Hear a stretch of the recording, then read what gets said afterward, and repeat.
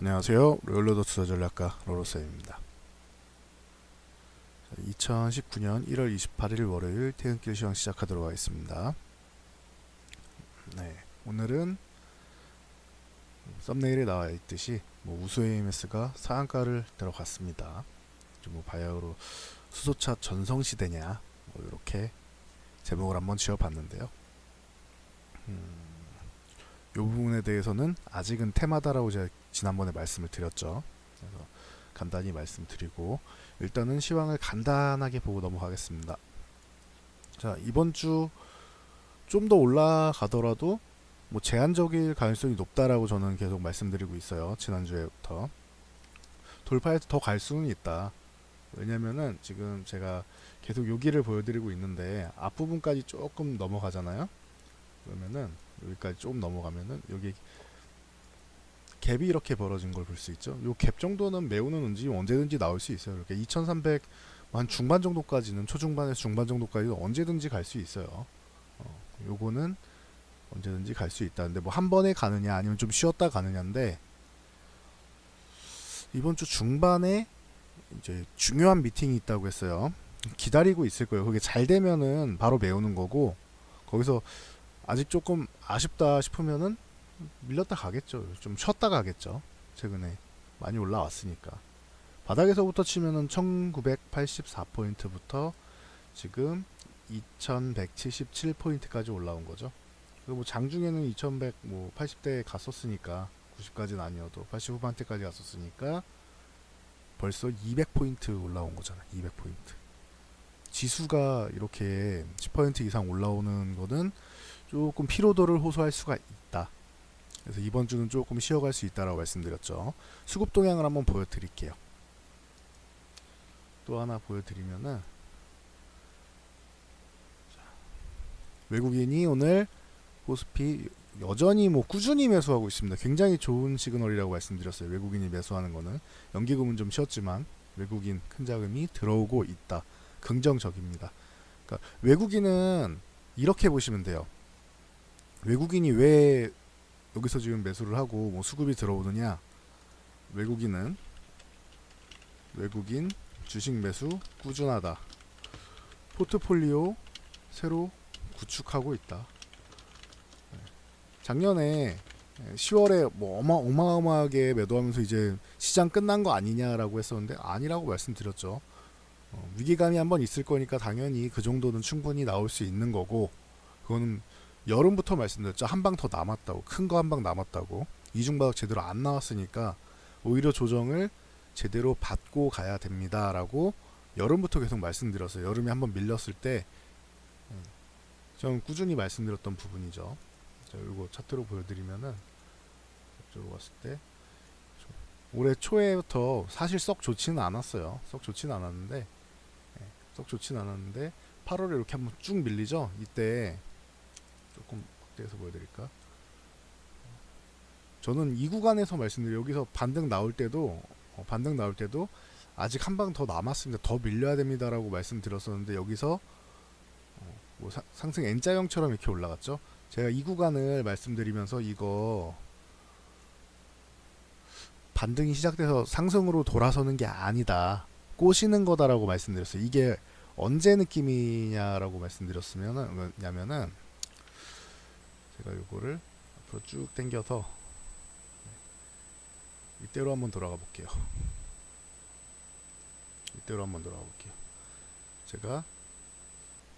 제가 이때 7월 달에 여기서 이때는 브렉시트가 있었죠. 브렉시트 투표가 있고 여기는 무조건 무혈입성이라고 말씀드렸어요. 무조건 매수해야 되는 거고 SBS, CNBC랑 서울경제TV에 나갔을 때도 6월에는 수익 실현을 하셔야 됩니다. 왜? 둘째 주에 옵션 만기, 선물 옵션 만기일이 있는데 이때 좀 불확실성이 있고 그 다음 주에 브렉시트 투표가 있는데 잘 되든 못 되든 확인하고 가는 게 좋습니다.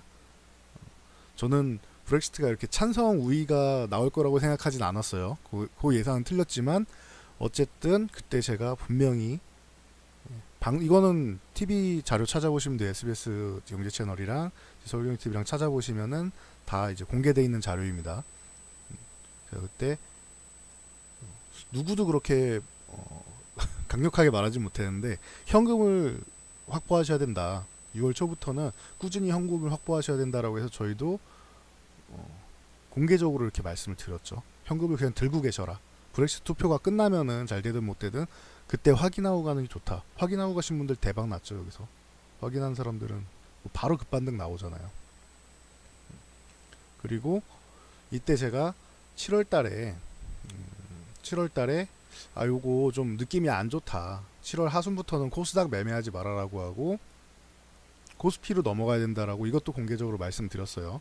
그리고 나서 조금 시간은 걸렸어요. 8월 뭐 중순쯤부터 해가지고 여기까지는 잘 버텼으니까 제가 말씀드리고 한 3주 정도 더 버틴 것 같아. 3주 정도 버티고 나서 급락 시작되죠. 코스닥은. 그리고 나서 이 당시 8월에서 9월 이렇게 넘어가는 이 급락하는 시기에 코스피 주식만 해서 포트폴리오 짜서 코스피 주식만으로 포트폴리오를 짜서 이때 제 기억으로 현대해상이랑 뭐 하나금융지주랑 뭐 이런 쪽으로 해가지고 포트폴리오 현대중공업이랑 뭐 포트폴리오를 짰었어요. 그래가지고 한 달에 계좌 수익이 8%가 나죠. 코스닥 이렇게 망가질 동안. 그리고 이렇게 반등이 나오는데 제가 이 구간을 그렇게 말씀드렸습니다. 이거 아직 안 끝난 것 같은데요. 코스닥 아직 안 끝난 것 같습니다. 투매가 제대로 나오지 않았고 이때 제가 말씀드렸던 게 여러분들은 항상 입고 가시는데 개인의 신용잔고를 신경을 써야 돼요. 이거는 항상. 이건 전문가들도 신경 못 쓰고 나중에 핑계거리 찾다가 나오는 경우가 많아요. 미리미리 신경 써야 돼요. 아직 아니다. 안 털렸다. 이거 한 번 더 밀어야 된다. 그리고 이렇게 올라오는 거 수익은 즐기셔야 짧게 올라온다. 수익은 즐기셔야 된다. 근데 언제든지 도망 나올 준비하고 이거 외국인들 매수가 조금 나오는데 꼬시는 거다라고 제가 말씀드렸어요. 이 구간에 외국인들 매수가 들어옵니다. 수급표 찾아보시면 나와요. 2016년 9월이에요. 이때 추석 있고 할 때였어요. 굉장히 좋았죠 이때. 이때 꼬시는 거라고 말씀드렸고 이 구간에서 윗구간에서 외국인들이 매수했던 걸 다 다시 매도를 하죠. 그리고 나서 급락이 나옵니다. 여기까지. 이때가 아마 트럼프 당선된 날일 거예요. 급락이 나오죠. 제가 꼬시는 거라고 했죠. 언제든지 도망 나올 준비라고 했죠. 그리고 이 당시에 제가 현금 100% 만드는 게 좋다라는 말까지 다시 한번 말씀을 드립니다. 지금 상황이 저는 이때 제가 말씀드렸던 그 상황하고 좀 겹치는 게 좀 많은 것 같아요. 꼬시는 거다라고 말씀을 드렸었죠. 그리고 나서 급락을 했죠. 이번에도 10월 달에 여러분들 이거 급락 맞을 때 저는 여기까지만 보고 아까 말씀드렸듯이 여기까지만 보고 바닥 나온 거 아닙니까 할 때 아니다라고 말씀드렸죠. 올라올 때 이 구간을 꼬시는 구간입니다라고 저는 말씀을 드리고 있어요. 계속. 작년입니다. 작년 8월 달에 꼬시는 구간입니다라고 말씀드렸어요. 수급이랑 잘 보세요. 되게 비슷해요. 2016년이랑 2018년이랑 되게 비슷해요. 그리고 나서 한 방 더 남았다. 개인 신용잔고 털고 가려면은 저는 이거 한 730포인트 정도 흔들고 갈 줄 알았는데 거기까지 조금 못 미쳤고 개인 신용잔고는 털리지 않았다. 이거 털고 가야 됩니다라는 말을 남들은 10월 달에 급락하기 시작한 다음에 뒤에 막 악재 뭐 없나 찾아보다가 얘기했죠. 저는 이거를 여름에 미리 말씀드렸어요. 그리고 나서 결론적으로 똑같이 나왔죠. 그리고 나서 어떻게 됐는지를 보시면 돼요. 2016년 다시 보여드릴게요. 그 다음에 주봉으로 보시면 깔끔합니다. 2016년 이렇게 급락이 나오죠. 바닥을 찍고 나서 그 다음에 굉장히 좋은 시장이 오죠. 바닥은 다져야 돼. 바로 올라가는 건 아니에요. 이렇게 바닥은 다지잖아요. 그러면 굉장히 좋은 시장이 오죠. 굉장히 좋은 시장이에요. 저는 지금도 이게 바닥은 좀 다져야 된다고 봐요. 바닥은 이런 식으로 좀 다질 수는 있다. 근데 미중 무역 전쟁 요 합의만 되면은 요런 게 한번 올 수 있다. 이렇게 봅니다. 이거는 뭐 제가 새로 말씀드린 게 기존에 말씀드렸던 부분을 다시 한번 정리해 드린 거예요. 중요한 시황이니까 그러니까 지금 무턱대고 달려들기보다는 조금 쉬었다 가시라는 거예요. 막 올라가지 않았잖아요. 여기도 막 올라가지 않았죠. 여기도 바닥 찍고 올라오면서 한번 쉬고 이렇게 좀 올라오다가 뭐 750 이 정도까지는 뭐 언제든지 갈 수는 있겠죠. 코스피 같은 경우도 얼마든지 올라올 수 있겠지. 그런데 얼마든지 올라올 수 있겠죠. 아까 말씀드렸듯이 여기 갭 정도는 언제든지 메울 수 있고 2200포인트는 그냥 갈 수 있는 거죠. 열려있는 구간이에요. 여기는 언제든지 2200포인트 초중반 정도는 갈 수 있다. 열려있는 거니까 걱정하지 마시고 좀 더 지금 밀렸다 가더라도 걱정하지 마시라는. 최근에 많이 올랐죠. 피로감을 해소하고 갈 필요는 있다. 시황은 요 정도 아시면 돼요. 요거에 대한 근거로 또 하나 알려드리면은 제가 수급 잘 보시라고 그랬죠. 콜옵션을 계속 청산을 하고 있어요. 매도가 나오고 있죠. 콜옵션을 외국인들이 상승 포지션, 상승하면은 빠른 상승이어야 돼. 이거는 뭐 한 3개월 걸려서 상승하는 건 의미가 없어요. 빠르게 급격하게 상승을 하는 게 프리미엄에 좋습니다. 그래서 급격하게 이렇게 상승이 나오면은 프리미엄을 많이 얻어서 수익을 많이 보는 상품인데, 외국인들이 지금 최근에 100억, 뭐 180억, 100억 뭐 이렇게 계속 매도를 하고 있잖아요. 수익 실현하는 거예요. 밑에서 산 거를. 합계는 총 합계로 보면은 매도 우위일지 몰라도 아직까지 수익 난 것들이 있기 때문에 수익 난 금액까지 계산을 해서 이거 알려주는 건 아니에요. 상승 포지션 아예 다 접었다고 할 수는 없는데 또 많이 청산을 하고 있다.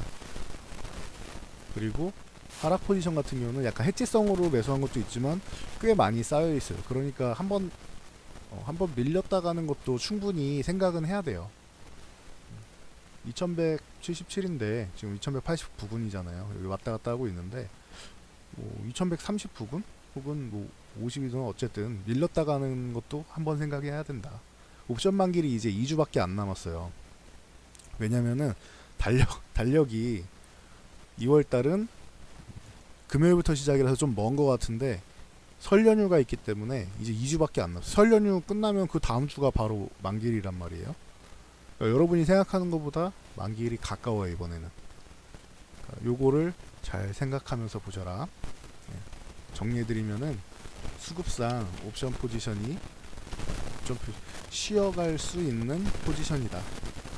하락하는 게 아니에요. 이번에 좀 밀렸다 갈 수도 있고 그냥 갈 수도 있는데 좀 밀렸다 가는 쪽에 한 표를 던지고 있는데 저는 쉬는 게 좀 더 많이 갈 수 있는 거죠. 2보 전진을 위한 1보 후퇴 정도 생각하시면 돼요. 그러니까 현금을 50% 정도 들고 가라. 왜? 말이래. 30일이래.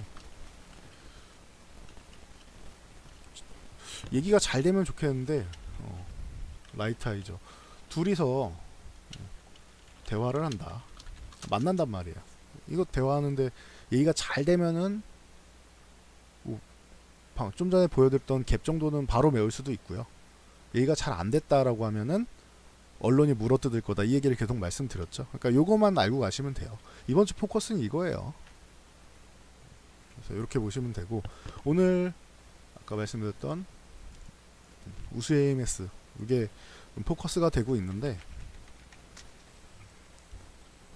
전기차 관련주로도 유명하죠. 이게 1983년에 이제 우수기계공업사 때부터 해가지고 현대차에 36년째 지금 납품하고 있는 1차 협력사예요. 기술력이 참 좋죠. 기술력이 굉장히 특출난 회사입니다. 우수 AMS는 현대차에 36년째. 여기가 전기차 때도 수혜를 받았잖아요. 수소차에도 똑같아요. 왜냐면은 기술력이 딱 있으면은 변속기 같은 거 있잖아요. 감속기 뭐 이런 쪽으로는 내연기관도 당연히 필요할 거고 전기차도 필요할 거고 수소차도 필요한 거잖아요.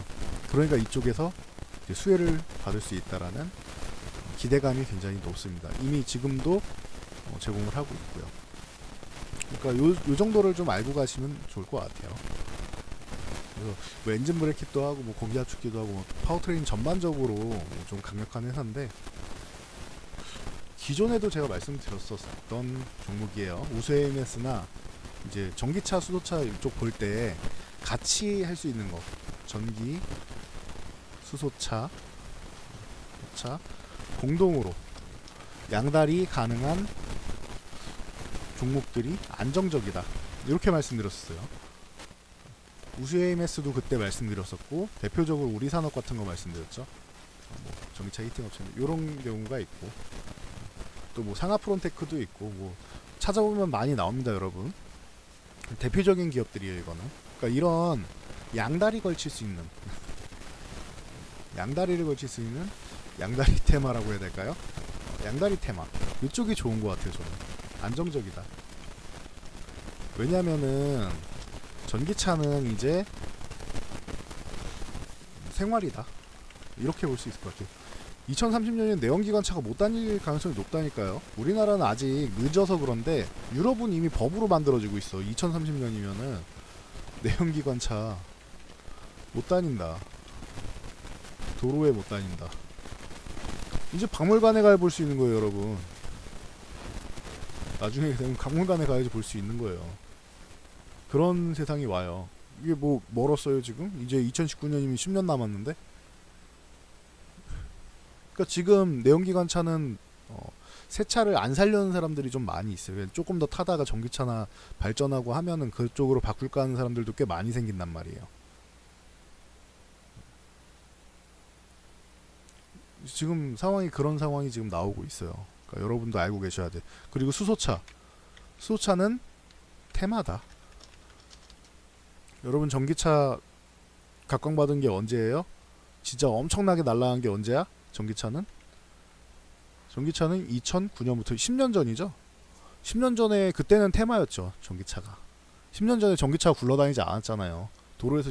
지금도 전기차를 그렇게 많이는 못 보는데 이제 좀 보이기 시작하는 건데, 10년 전에 뭐 보였겠어요. 그냥 전기차 배터리 만드는 업체가 우리나라의 LG화학이 세계 최고의 기업 중 하나구나. 그리고 삼성 SDI도 잘 만드는구나. SK에너지, 이제는 SK이노베이션으로 합병됐죠. SK에너지도 잘하는구나. 뭐 이 정도였잖아요. LG화학이 그때 엄청 날라갔지. 다들 그때 전기전자랑 화학조 없었으면은 다 소외됐었단 말이에요, 그 당시는.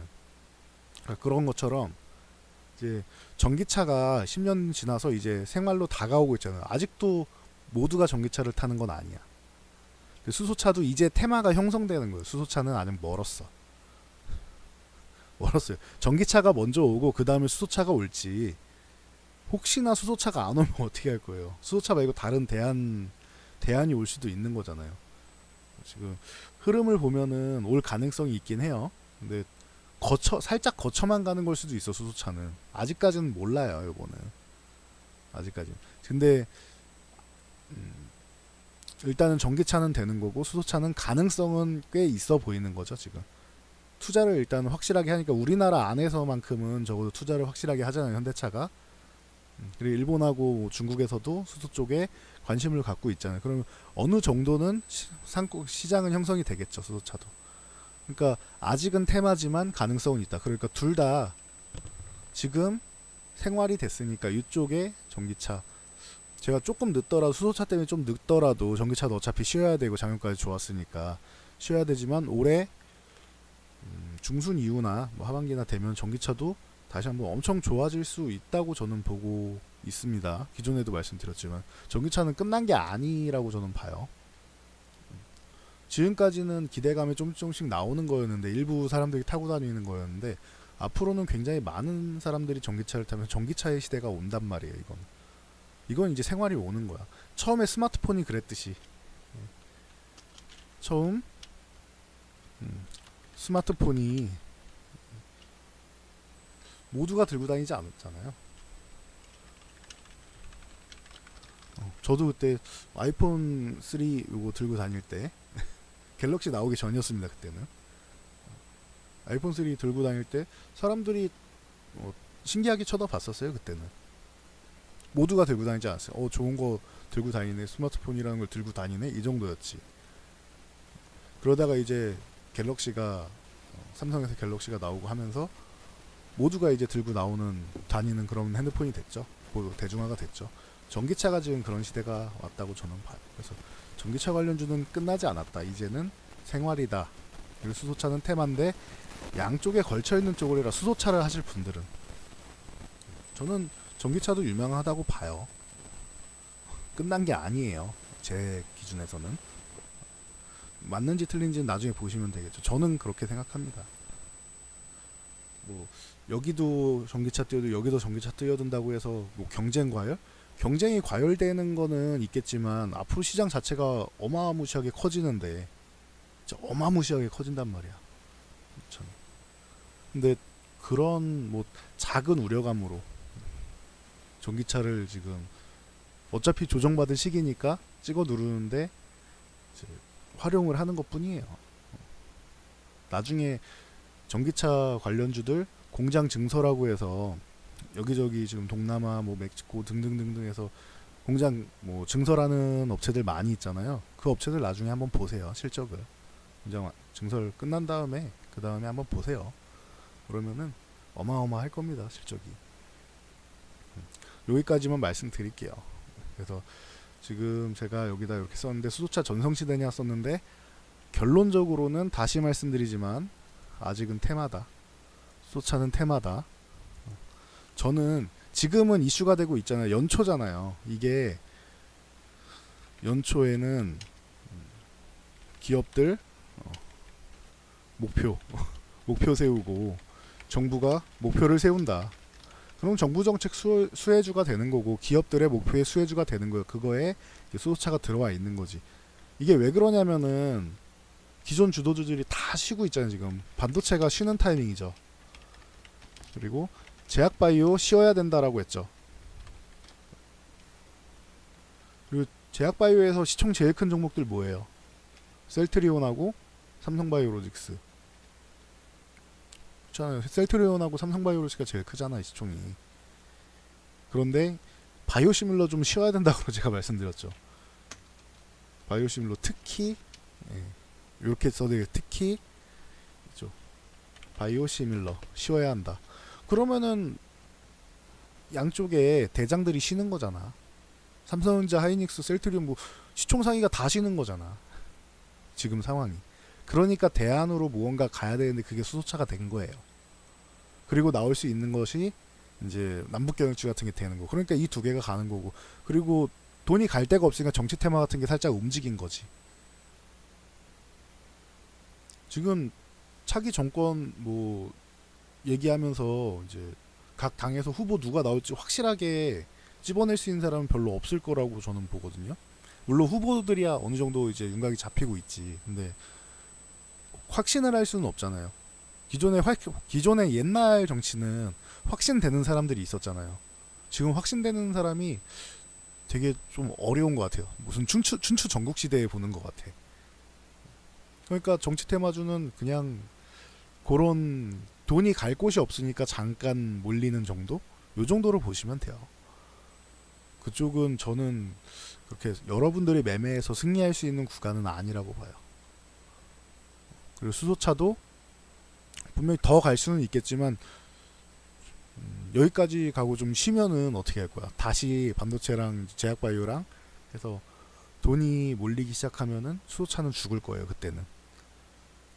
작년에 남북경협주들 봄에 한번 쫙 올라온 다음에 그 다음에 다 죽어서 내려갔었죠.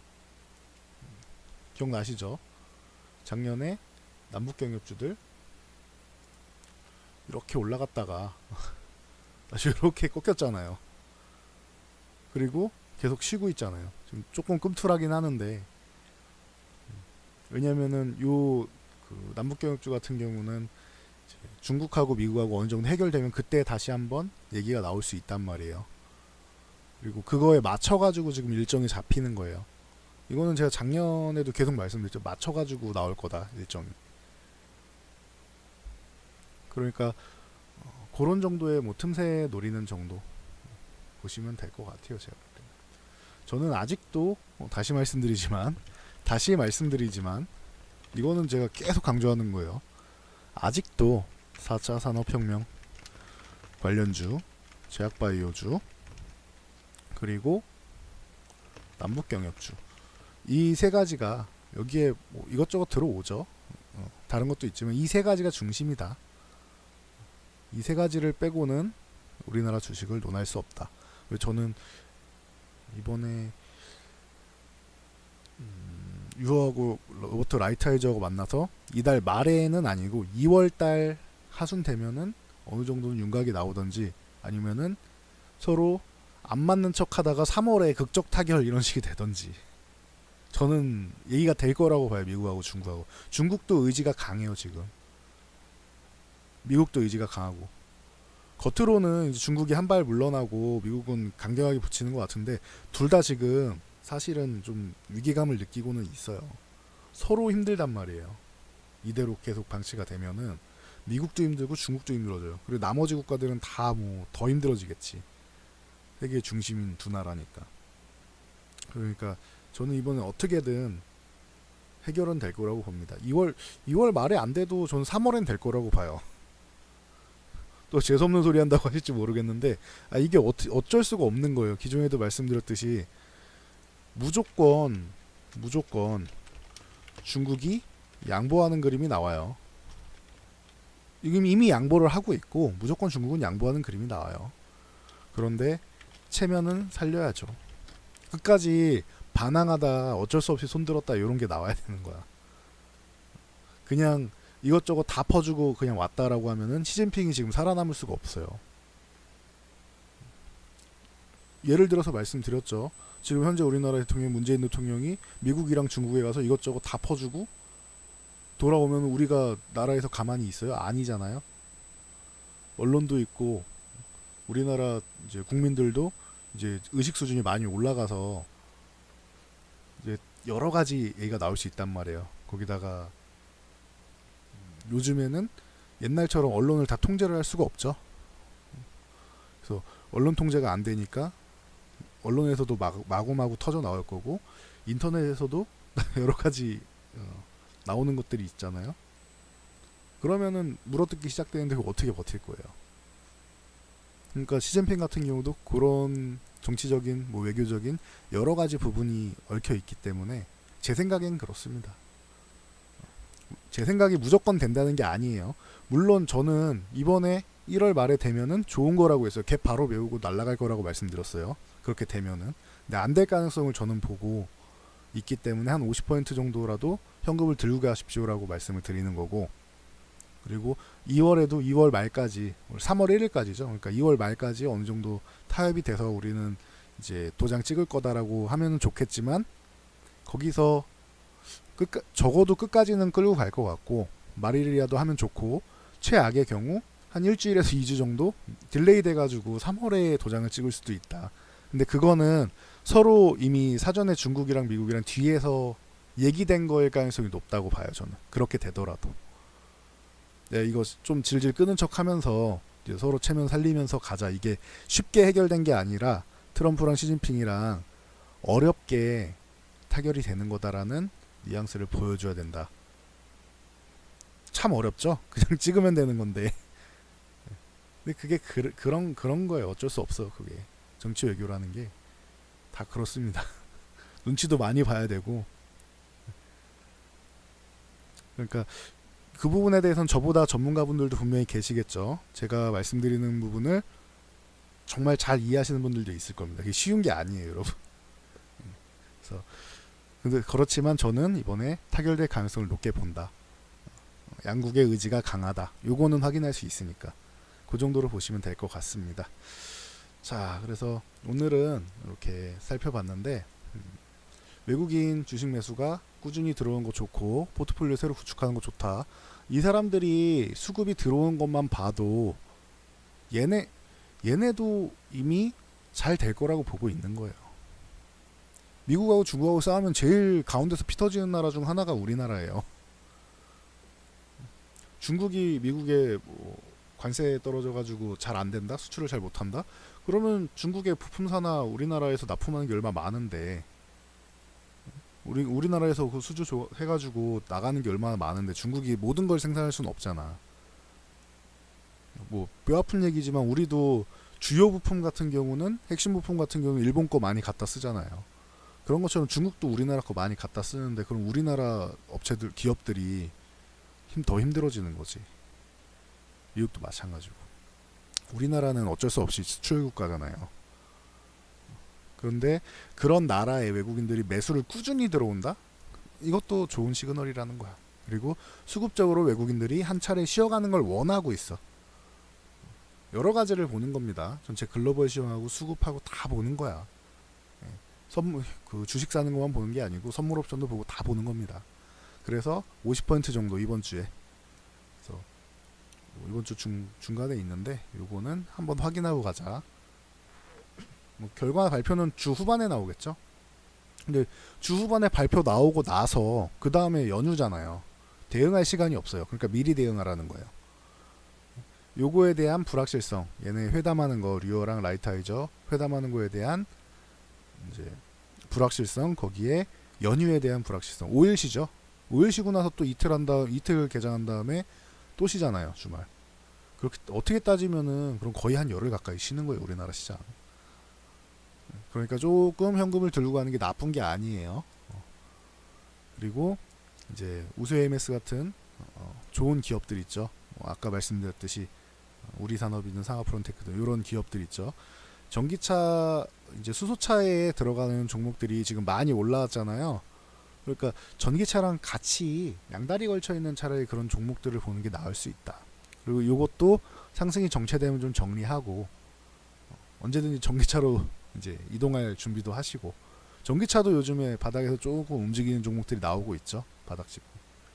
근데 바로 급등이나 V자 반등으로 급등 나온다기보다는 조금 시간이 걸릴 수 있다. 전기차는 알고 계시면 되고. 수소차는 아직 테마예요. 전기차가 이제 실생활에 들어와 있는 거예요. 4차 산업혁명이 이제 들어오기 시작하는 것처럼. 그래서 이 정도 보시면 될 것 같아요. 나중에 가면 결론적으로는 다시 또 4차 산업혁명하고 제약바이오하고 남북경협주가 가게 돼 있어요. 그러니까 요거만 알고 잘 정리해서 가시면 됩니다. 요 양다리 테마 잘 기억하세요. 양다리 테마, 전기차, 수소차 하는 거. 제가 말씀드렸던 모든 종목 다 말씀드릴 수 없으니까 제가 소수 종목만 말씀드리는데, 이번에 우수 AMS 그리고 우리산업 홀딩스 요 같은 기업이죠. 그리고 이제 상하프론테크 요 정도가 대표적인 종목입니다. 숨어있는 종목도 아직 많이 있으니까 그렇게 해서 찾아보시면은 될 것 같습니다. 자, 오늘도 수고하셨고요. 저는 내일 다시 돌아오도록 하겠습니다. 좋은 밤 되십시오.